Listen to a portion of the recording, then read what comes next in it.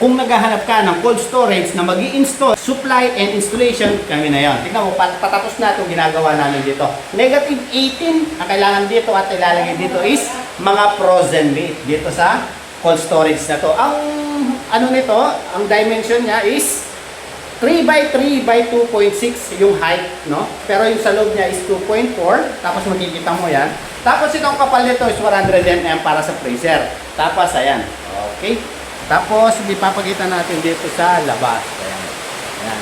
Malapit na matapos, no? Tapos ngayon ginagawa yung bracket dito sa labas. Ayan. Ayun naman yung bracket. Ayan. No? Ginagawa na para ilagay doon sa likod. Ayan.